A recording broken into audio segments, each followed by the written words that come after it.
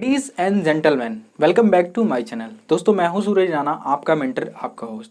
दोस्तों वीडियो का 4 series complete हो चुका। ये वीडियो का 5th सीरीज है जिसमें मैं आपसे को सिखाऊंगा और आपको बताऊंगा कि आप अपने साइट के लिए एक ब्रांडेबल और एक प्रोफेशनल डोमेन कैसे ले सकते हैं। तो दोस्तों चलिए वीडियो स्टार्ट करते हैं। स्टार्ट करने से पहले मेरी एक छोटी सी रिक्वेस्ट है, चैनल पे नए हैं तो रेड कलर का सब्सक्राइब बटन दबा दीजिए और सामने दिए गए बेल आइकन को भी प्रेस कर दीजिए ताकि मैं जो भी वीडियो डालूं उसकी नोटिफिकेशन आपको सबसे पहले मिले। तो दोस्तों चलिए वीडियो स्टार्ट करते हैं। तो दोस्तों सबसे पहले कोई भी इंसान अगर ब्लॉगिंग करने आता है तो उसको सबसे मेन चीज़ उसको एक डोमेन लेना ज़रूरी पड़ता है। बहुत से ऐसे बिगनर होते हैं कि वो डोमेन अच्छा फाइंड आउट नहीं कर पाते हैं, तो कुछ टाइम के बाद वो अपने ब्लॉगिंग को लेफ्ट आउट करके चले जाते हैं, डीमोटिवेट हो जाते हैं। दोस्तों मैंने भी, मेरी पर्सनल चीज़ें मैं आपको बताऊं कि मैंने भी ऐसे ही 10 ऐसे डोमेन को ख़राब कर चुका जो मैं एक अच्छा फाइंड आउट नहीं कर पाया था, और मैंने 10 ऐसे डोमेन को लेफ्ट आउट कर दिया। मतलब मैं उसको खरीद के फिर उसके बाद उसको छोड़ दिया। मैं उस पर ब्लॉगिंग किया, लेकिन कुछ टाइम के बाद मुझे पता चला ये मेरी निश नहीं थी, मैंने उसको छोड़ दिया। तो मैंने 10 ऐसे डोमेन को बर्बाद कर दिया। तो दोस्तों आज इस वीडियो के सीरीज़ में मैं आपको यही बताऊंगा कि आप को अगर डोमेन खरीदना है तो आपको किन किन बातों पे याद रखना है, क्या क्या चीज़ें देखना है कि मैं अगर डोमेन खरीद रहा हूँ तो ये चीज़ें आपको देखना है और इस फैक्टर पे वर्क करना है ताकि आप एक प्रोफेशनल और एक अच्छी तरीके से डोमेन परचेज कर सकें। तो दोस्तों मैंने इस डोमेन को 3 ऐसे पार्टों में डिवाइड किया है, जिसमें नंबर 1 मैं आपको बता दूँ कि सबसे पहले keyword specially domain. Keyword specially domain क्या होता है दोस्तों? ये एक तरह का ऐसा चीज़ है कि इसमें आपको जो भी डोमेन आप लेंगे वो आप माइक्रो निश से रिलेटेड डोमेन होगा। ठीक है, तो माइक्रो निश मतलब क्या होता है? सपोज दैट आप हेल्थ फील्ड में एक्सपर्ट हो। ठीक है, आपकी जो साइट है वो हेल्थ से रिलेटेड, आप सोच रहे हो कि मतलब मैं साइट जो बनाऊं हेल्थ से रिलेटेड, तो हेल्थ में माइक्रो निश में अगर आएंगे तो हेल्थ के माइक्रो निश में अगर आप नीचे आएंगे तो आपको जिम भी नजर आएगा। ठीक है, वर्कआउट भी आएगा, फैट लॉस भी आएगा, फैट गेन भी आएगा। तो ये जो फैट लॉस, फैट गेन और जिम जो हो गया, ये एक माइक्रो निश हो गए। तो ये कीवर्ड से स्पेशली जो डोमेन होती हैं ये माइक्रो निश डोमेन होती हैं। ठीक है, आपका अगर साइड कोई चीज़ है माइक्रो निश से रिलेटेड, अगर आपने कोई डोमेन लिया है तो कोई भी बंदा, अगर आप माइक्रो निश से रिलेटेड अगर कोई पोस्ट डाल रहे हैं, मतलब आपका ब्लॉग है, अगर आप वैसे डोमेन रखे हुए हैं तो वो बंदा ऑटोमेटिक आपको बताएंगे तो ऑटोमेटिक वो पकड़ लेगा कि ये इससे रिलेटेड डोमेन है। जैसे आपने डाल दिया वेट लॉस से रिलेटेड, आपने हेल्थ से बनाया लेकिन वेट लॉस में मतलब आपने किया, तो आप अगर जो वर्क कर रहे हो आप अपनी माइक्रो निश पे वर्क कर रहे हो, मतलब वेट लॉस पे कर रहे हो, तो आप कीवर्ड से रिलेटेड अगर कोई डोमेन लेना चाहते हैं तो आप माइक्रो निश आपको सर्च करना पड़ेगा कि आपके जो टॉपिक का माइक्रो निश क्या है।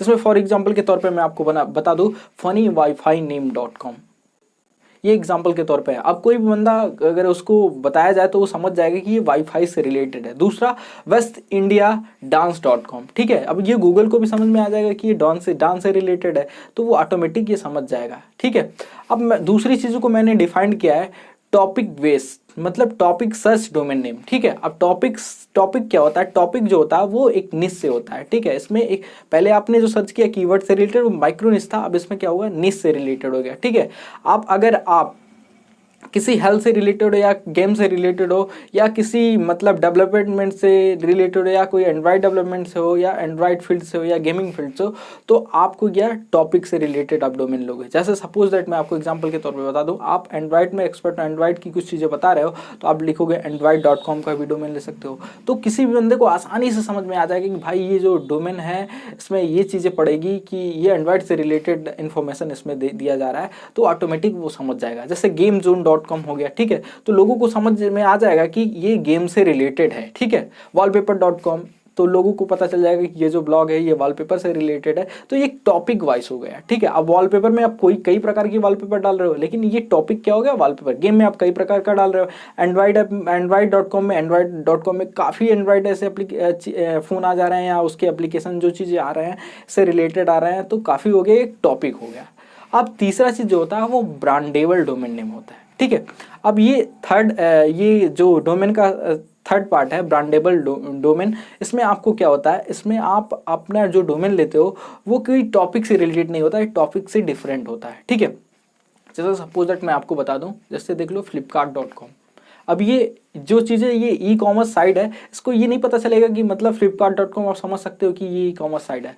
अगर आप जानते नहीं हो तो आप नहीं समझ सकते कि ये ई कॉमर्स साइट है। अगर आपको पता है तो आप समझ सकते हो कि ये कॉमर्स साइट।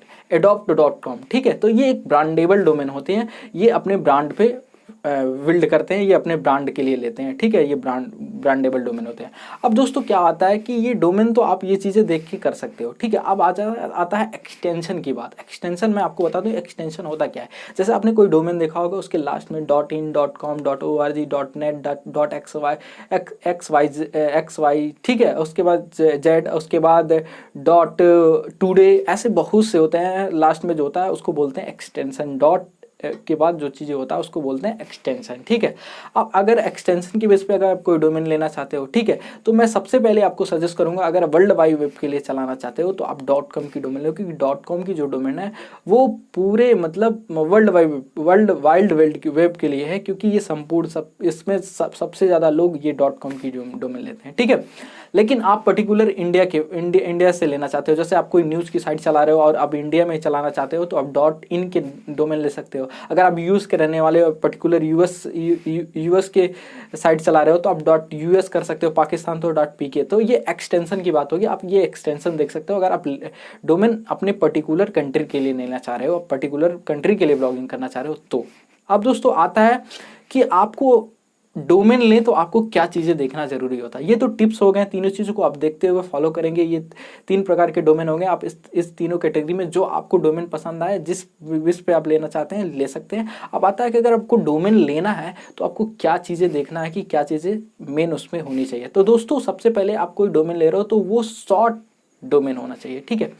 शॉर्ट डोमेन का मतलब ये, अगर आप जो डोमेन ले रहे हो वो इतना शॉर्ट हो कि लोगों को रिमेंबर हो जाए, लोग उसका उच्चारण कर लें, ठीक है।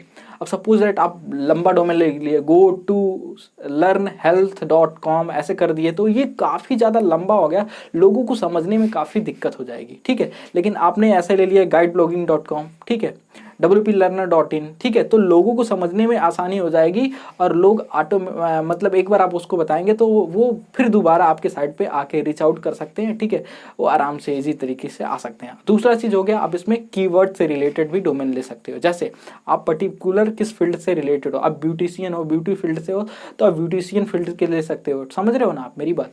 उसके बाद दूसरी चीज़, अगर आप ब्लॉगिंग से रिलेटेड तो ब्लॉगिंग से रिलेटेड आप उससे टॉपिक से ले सकते हो, ताकि लोगों को पता चले कि ये किस साइड से है, मतलब कहाँ से है ये डोमेन, मतलब आप ये किस पर्टिकुलर एरिया को डिफाइन कर रहा है। सपोज दैट मैं आपको एग्जांपल बता दूं, जैसे guideblogging.com, अगर मैं आपको बताऊं कि मेरी साइट का नाम guideblogging.com है तो आपको पता चल जाएगा कि इस ब्लॉगिंग मतलब ये एक ब्लॉगिंग साइट है, इसमें एक ब्लॉगिंग होती है, ठीक है, इसमें लोग गाइड करते हैं ब्लॉगिंग के लिए, guideblogging.com। wplearner.in, तो आपको समझ में आएगा, WP मतलब वर्डप्रेस से रिलेटेड है और ये वर्डप्रेस से रिलेटेड इस पे पोस्ट पढ़ते हैं, ठीक है। तो ये हो गया कीवर्ड से रिलेटेड, मतलब आप पर्टिकुलर जिस फील्ड से उस फील्ड के रिलेटेड आप अपना डोमेन ले सकते हो, ठीक है।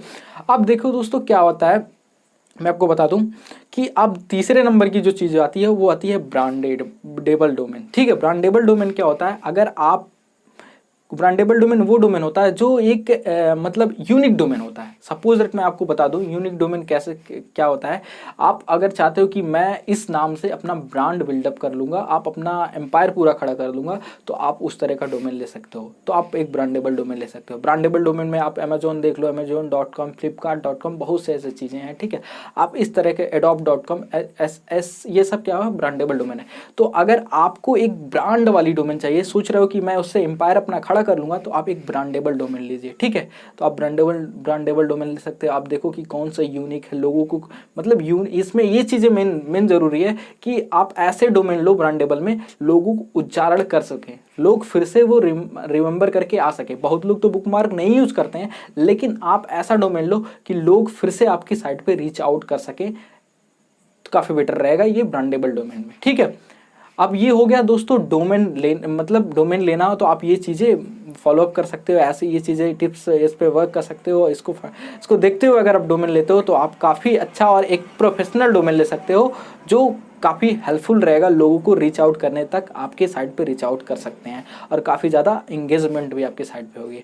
अब दोस्तों मैं आपको ये बता दूं, अगर बहुत लोग ये चीज़ें जो टिप्स और मैं आपको बताया अगर इस बेस पे नहीं ले पा रहे हैं तो आपको मैं कुछ ऐसी वेबसाइट का लिंक डिस्क्रिप्शन बॉक्स में दे दूंगा जहां से आप जाके सर्च भी कर सकते हैं। आप अपने निश से रिलेटेड, अपने टॉपिक से रिलेटेड, तो आपको वो डोमेन सजेस्ट कर देंगे। जैसे आपको मैं बता दूं लर्न domainsearch.com, ऐसी बहुत से टूल्स हैं जहां आप सर्च कर सकते हैं। जो आपको अगर वो डोमेन अवेलेबल नहीं है तो भी आपको उस डोमेन से रिलेटेड चीज़ें आपको बताई जाएगी और वो रिलेटेड तो आपको निश फाइंड आउट करवाई जाएगी। आप वहां से जाके फाइंड आउट कर सकते हैं और उसके बाद आप अपनी साइट बना सकते हैं। ठीक है दोस्तों, तो उम्मीद करता हूँ दोस्तों आपको समझ में आ गया होगा कि हम डोमेन कैसे परचेज कर सकते हैं और क्या चीज़ें मुझे रिमेंबर करना है कि डोमेन लेते वक्त क्या चीज़ें होनी चाहिए, क्या चीज़ें नहीं होनी चाहिए।